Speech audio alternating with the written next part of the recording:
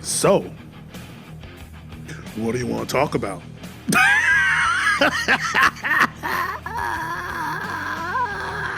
I want to see 15. I want to see 15. Well, you're going to have to see it another day, motherfucker. Go to the old senior citizens home. We want to see old people fight, motherfucker. Shit. Randy can barely walk to the ring. Talk about, I want him to be champion. Nigga, get his geriatric ass out of here, boy. What the fuck you talking about? But we talk about that at the end. But this is WrestleMania 42, Las Vegas again. Night 1. I'll say that it was better than last year. Off rip, Night 1 was definitely better than last year's Night 1. Outside of, there's no match on this card close to the main event that was Punk, Seth, and Roman last year. But this year was definitely better than last year in regards to overall feeling like a WrestleMania. I'll at least give it that for the most part. But we start off with the IShowSpeed Vision Usos LA Knight match. Nothing special. Did what it was supposed to do on ESPN. And the Usos LA Knight won. Logan Paul got mad. Hits IShowSpeed. The Usos and LA Knight hype up, gas up IShowSpeed to get his revenge on Logan Paul.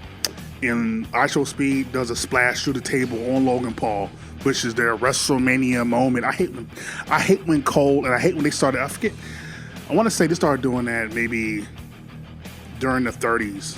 Once you get to like WrestleMania 30, they started doing that dumb stuff like, oh my God, a WrestleMania moment. Don't tell us it's a moment. We know if it's a moment or not. Then we get to what should have started off the show, which was Jacob Fatu versus Drew McIntyre in an unsanctioned match. I think they only were given maybe 14 minutes. But they tried to beat the hell out of each other, and they did for the most part. We didn't get any blood, which I feel a way about. An unsanctioned match should have blood. I don't understand why it doesn't. And people make the argument, well, it's on ESPN, maybe you can't do that. But it's like, they show UFC and boxing. Boxing and UFC have blood all the time. So that's not a good excuse. It definitely should have had blood.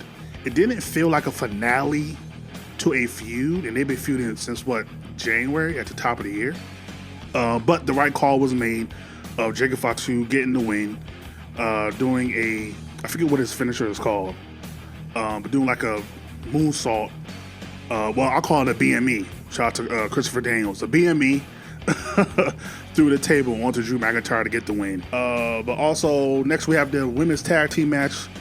The Irresistible Forces versus Ric Flair. He wishes. Charlotte Flair, Alexa Bliss versus Bayley and Lyra versus Brie and a returning Paige, which the rounds were made yesterday about Paige signing with WWE, which is very unfortunate because this could have been, even though it was still a surprise, but as soon as we saw Nikki Bella was not going to perform, we basically knew, oh, it's probably going to be Paige. So I understand people have jobs to do, but it's like, it's very unfortunate that like people that work at dirt sheets, I understand you gotta feed your family if that's how you feed your family, whatever, but it really sucks if you're a wrestling fan that's on the internet, because you get everything spoiled for you.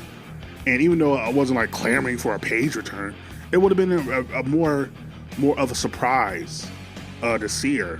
But these damn dirt sheets, they have to spoil. I don't know what they get out of it, again, outside of monetary gain, but it's like, it really sucks. But yeah, Paige is back, something I didn't think I would see. I don't know why. But she's back in WWE, and this match is really, really solid. I think everybody pretty much shined here. Everybody got their moves in. And at the end, Nikki Bella basically cheated and helped Brie and Paige win the match. So now Brie, Bella, and Paige are your women's tag team champions, which I said my predictions. The original plan probably was for the Bellas to win the tag team championships, because if you know anything, if you're from the old generation, if you're from the previous generation, then apparently you deserve to have all the titles or whatever you get, because the current roster, I guess, doesn't deserve anything. But yeah, so Paige and Brie Bella are your women's tag team champions, which I don't expect that to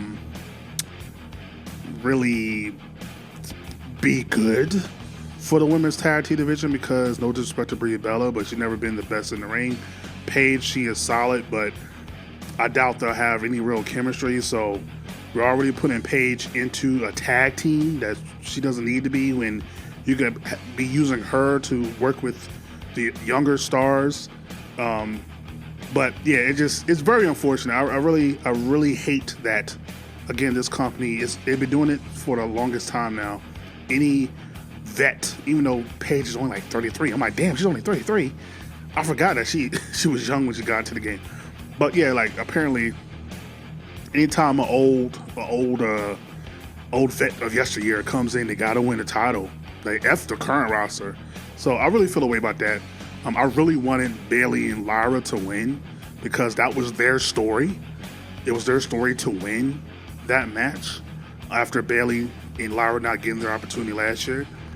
I just feel like it's going to hinder the women's tag team division. Just unless they lose the next Monday, we'll see, which could possibly happen. But I don't know. I just don't like that. But it is what it is.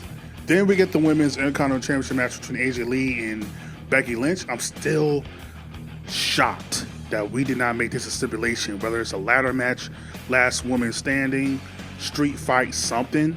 I'm shocked that we did not do that here. I don't understand why. But I will say this, the match they had here was infinitely better than the match they had at Elimination Chamber. Now, that might be because AJ Lee has been able to get some reps in after working with Becky at Elimination Chamber, working with Bayley on Raw. She's been able to get like her rhythm, her in-ring stamina back. And they were basically working at a fast pace. It wasn't really slowed down at all. But they're only giving, I think, only like maybe 10 minutes. It wasn't giving a lot of time, which I'm actually shocked with how long this freaking feud has been. You got to remember, it's been since September. This feud has been going on. And I think probably the payoff is at WrestleMania here. Becky has yet to defeat AJ Lee, and she finally did. They still were doing the Jessica Carr referee thing, which I thought would have paid off. Maybe Jessica Carr helps Becky or something like that. I don't know. Just still odd to me. I don't know what they're doing there. But yeah, Becky wins. Again, it was pretty much a fast-paced match. They definitely had their working boots on, which I'm happy for. I'm glad I got to actually see AJ Lee have a singles match at WrestleMania, finally get her moment. Now here's the match everybody was anticipating, even though this was on short notice. Seth freaking Rollins, Mr. WrestleMania versus Gunther, who also could be considered Mr. WrestleMania. These guys went balls to the wall. First of all, I gotta talk about Seth Rollins' entrance. Fire, literally. Him doing the Arby Graham with having the jacket with smoke coming out of it. They're very dope. These guys put the wrestling boots on, and these guys went balls to the wall, non-stop. Ain't no slowing down. Like, bro, these guys were going move for move. Seth and freaking Gunther, man, they're the best. It's so weird for me because I was thinking while watching this match, Seth as a character is so much better as a heel, but in ring, he works better as a face. It's just like, it's hard to explain. But in the end, Braun Breaker comes in, spears Seth Rollins. Gunther gets the sleeper hold and gets the victory. We pretty much all knew it was happening, but I love the match they had. I think they were given like roughly 15 minutes, which is still, this match should have been given 5 more minutes. Like, every match felt like short, every single one. But even with that being said, still satisfied with this match. I have a hard time believing any match is going to be able to follow this on night 2. Because, Brock and Oba is going to be barely 5 minutes. Roman and Punk is going to be a cinema fest with a bunch of talking, and, Punk can't go like he used to anymore. And Roman ain't going to be working a fast pace. So, yeah, I think this is clearly going to be the match of both nights. But yeah, this match is the A for me, like, hands down. Thus far, Gunther and Seth for sure. Best match of the night. Now going on to the Women's World Heavyweight Championship match. Stephanie VAQUER versus Liv Morgan, which Liv Morgan did her best Britney Spears impression with her performance, which I'm impressed. Like, I know she's probably gonna get ragged on it. I get it. But I actually thought she did a very solid job. Like, she really did. She actually really did good. I know we're kind of weird in regards to how people performing different type of things, but I think she did good, actually. And I actually think her theme song is fine too. I don't know why. I don't know what it is with Liv. I don't know if it's a Liv thing or just I don't know. But I actually think her theme song is infinitely 10 times better than what it was. I thought her theme song all this time has been basic. Now it feels like an actual main event theme song. That's just me. And again, I thought her performance was dope. She was doing all kinds of flips and stuff. And I'm like doing her best Janet Jackson, I Miss You Much. I'm like, yo, what is going on?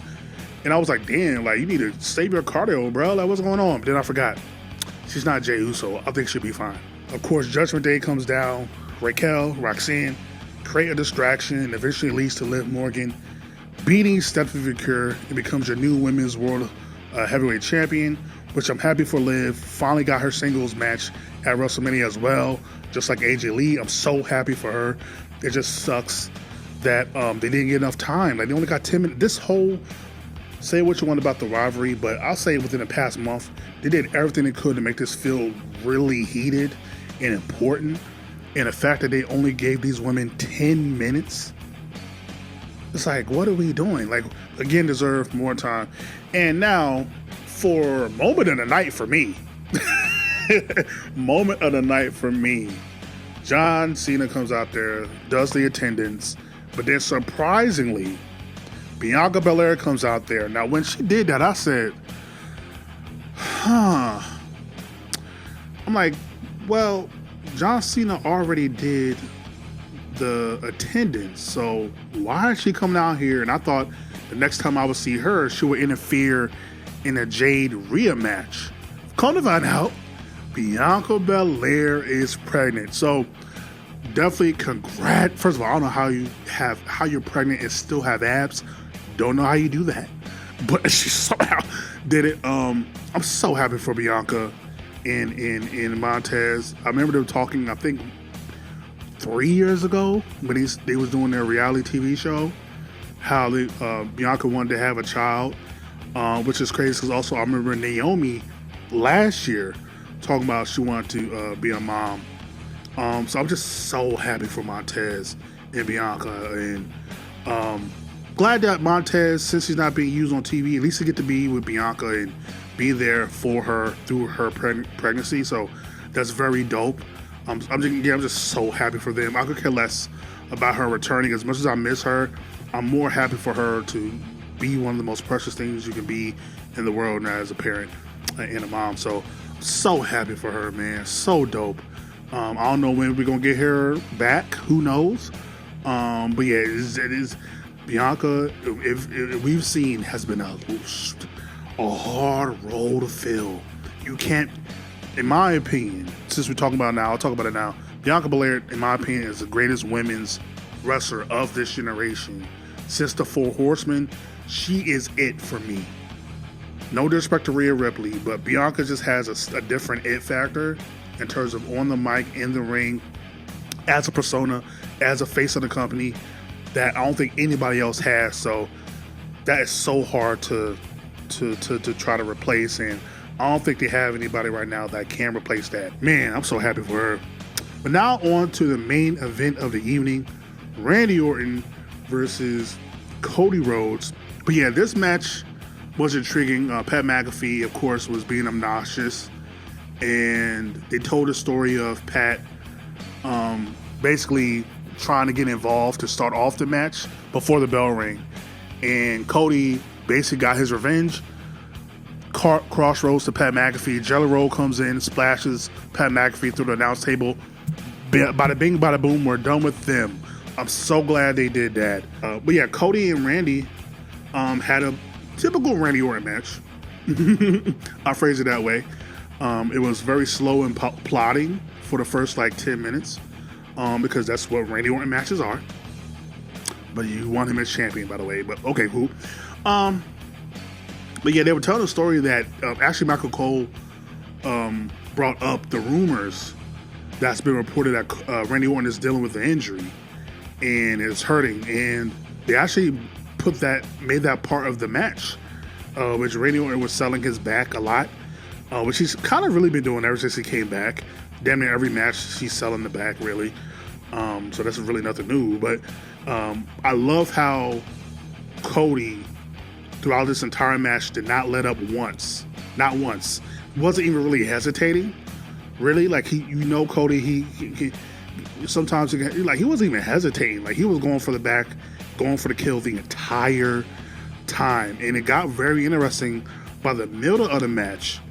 Something happened on the outside to where Cody threw Randy Orton into the post, and Randy Orton got busted open, and Cody started doing Randy Orton's moves, and he was being relentless. He was not holding back. He started doing the Garvin stomps, but Randy Orton stomps, hitting him in the head with punches, trying to bust him up more. He was even doing the draping DDT on the middle rope. Like, Cody, it was like his facials, like he was kind of showing a hillside, but then not. Like, it was weird. Like, I couldn't really read what Cody was thinking, which I think maybe was the point there, because he wasn't having a heel face. I know heel Cody Rhodes, but it wasn't really that. But it was like I can't explain it. It was like a twinge. Like, I can't explain it, but it was very interesting in this matches. I think for the 3/4 of the match, the crowd wasn't really booing or cheering. Like, it was kind of just a bunch of, I don't know if it was chatter or I don't know what to call it, but like, it was noise. It wasn't quiet, but there wasn't really cheering for Randy or Cody, even though we knew pretty much there was going to be a Randy Orton crowd. It wasn't until like the last quarter of the match where they started being pro Randy. Randy Orton was going for something, and Cody poked Randy in the eye. Again, he's doing heel things, right? But his mannerisms are not really of a heel. It's very interesting. And the crowd was booing, right? But it wasn't like a hard boo. It was like, but it's also cheering at the same time. So it's kind of, oh man, it really feels like we're in Cena territory.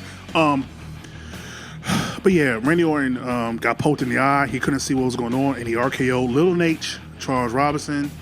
And then Cody goes for the super Cody cutter that got reversed into RKO. And Pat McAFee comes back down to the ring with a neck brace, which I'll give him this. It was hilarious. He was running down to the ring with a neck brace on. And we're like, well, here we go. But Cody kicks out at 2. And then Randy Orton RKO's Pat McAfee. And then Cody takes advantage.